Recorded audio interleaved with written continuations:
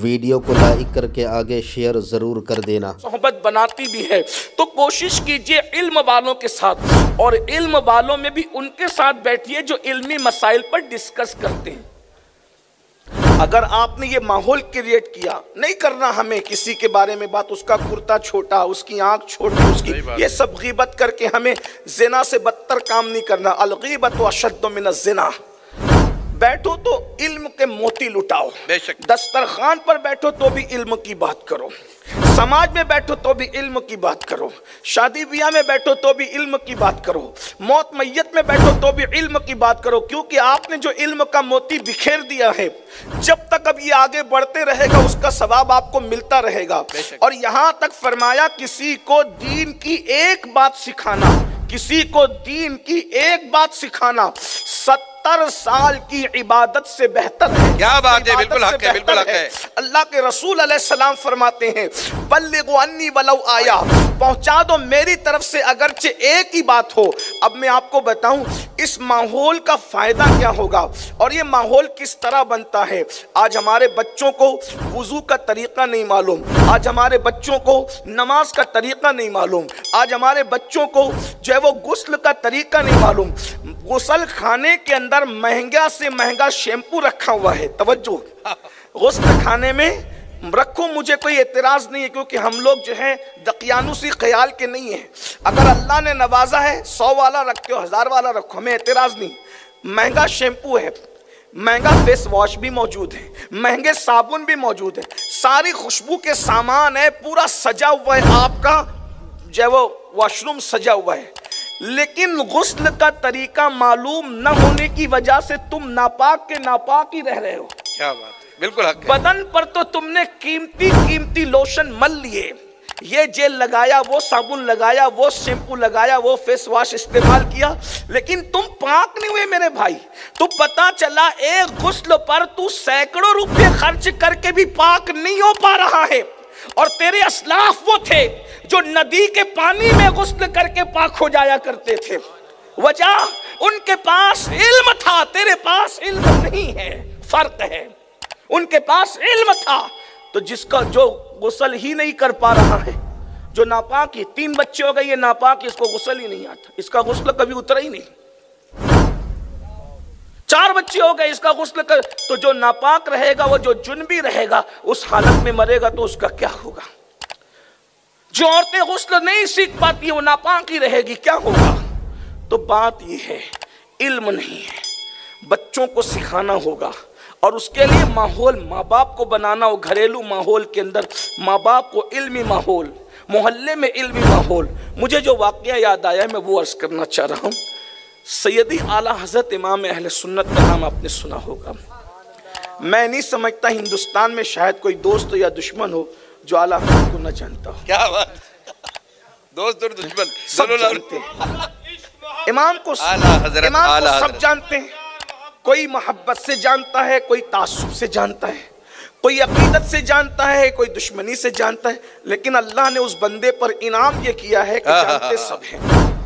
उनके दौर में भी उनकी शोहरत बहुत थी, तो उनसे बड़े बड़े इल्म वाले लोग मिलने के लिए मुश्ताक रहते थे, क्योंकि उनके पास इल्म बहुत था। उनकी इल्मी सलाहियत का अंदाज़ा इस बात से लगाइए, उसकी मैं बहुत अपने उन्वान से दूर हो गया हूँ, लेकिन बात आई है तो अर्ज़ कर रहा हूँ ताकि आपका जहन बने।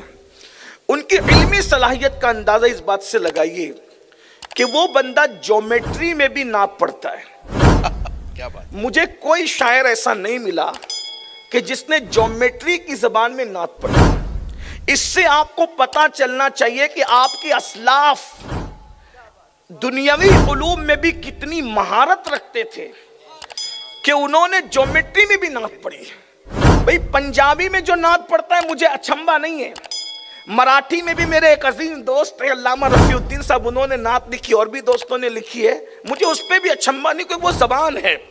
लेकिन ज्योमेट्री एक इल्म है, उस इल्म में कभी नात नहीं लिखी गई और मैं समझता हूँ कि शायद ज़ाहिरी नज़र में लिखी भी नहीं जा सकती है, यही बात है ना, नहीं लिखी जा सकती। लेकिन इल्म जब महारत पाता है तो क्या फिर इल्म कितना बुलंद कर देता है इंसान को। शायद मैंने कई जगह पर इसको पढ़ा है, मैं इसको रिपीट नहीं कर रहा हूं, सिर्फ इशारा देकर असल उन्वान की तरफ जल्दी आना चाहता हूं ताकि आपको बात समझ में आए। तो ज्योमेट्री का एक उसूल है, नुक्ते को नुक्ते से जोड़ो तो सर्किल बनता है, दायरा बनता है, दायरे इस तरह बनते हैं। इमाम अहले सुन्नत सैयदी आला हजरत इमाम अहमद रजा खान मुहद्दिस बरेली ये दायरे को देख करके, सर्किल को देख करके जो है वो इमाम अपने नबी की नात क्यों इस तरह कहते हैं कि कमान कहते हैं, दो कमानें जब मिलती है तो दायरा बनता है। वो कहते कमान इम्का के झूठे नुक्तों, तुम अव्वल आखिर के फेर में हो, मुहीत की चाल से तो पूछो किधर से आए किधर गए। देख रहे हैं ज्योमेट्री में उन्होंने ज्योमेट्री की जबान में नात लिखी, गौर कीजिए। इस तरह उन्होंने बहुत इल्म मौसमियात को सामने रखकर उन्होंने नात लिखी। मैं अभी वो वक्त नहीं है कि मैं उसका जिक्र करूं, वो टाइम नहीं है उसका, इसलिए कि हजरत किबला अमीर मोहतरम जैसी तशरीफ लाएंगे मेरी गुफ्तगू वहीं खत्म हो जाएगी, आप जैसा कि जानते हैं, तो मैं वही रोक दूंगा। लेकिन मेरा उन्वान जो असले आज है, औरतों की तालीम पर मुझे गुफ्तगू करना मैं चाहता हूं। लेकिन मैं आपके सामने थोड़ी तमहीद पेश कर रहा हूं। इमाम ने मौसमियात के माहिरीन के तजुर्बात को सामने रखकर उस पर भी नात लिखी है। इमाम ने हरूफ मुक़त्ताआत को सामने रखकर उस पर भी नात लिखी है। शेर पढ़ देता हूं, तशरीह नहीं करता। वो कहते हैं काफ गेसू हा दहन, ये हुरूफ तहज्जुज को कहते हैं। काफ गेसू हा दहन या अबरू आंखें ऐन स्वाद, ये हुरूफ तहज्जी में पहले मिसरे में नात आ गई। हुजूर की आंख, हुजूर अलैहि सलाम की जुल्फें, उन्होंने हुरूफ तहज्जी में बयान किया। काफ गेसू हा दहन या अबरू आंखें ऐन स्वाद, ये हुरूफ तहज्जी में पहला मिसरा है नात का। और दूसरा मिसरा हुरूफ मुक़त्ताआत। हुरूफ मुक़त्ताआत में क्या है? अलीफ लाम मीम नून, इसी तरीके से काफ हा या ऐन साद, इसको हुरूफे मुक़त्ताआत कहते हैं।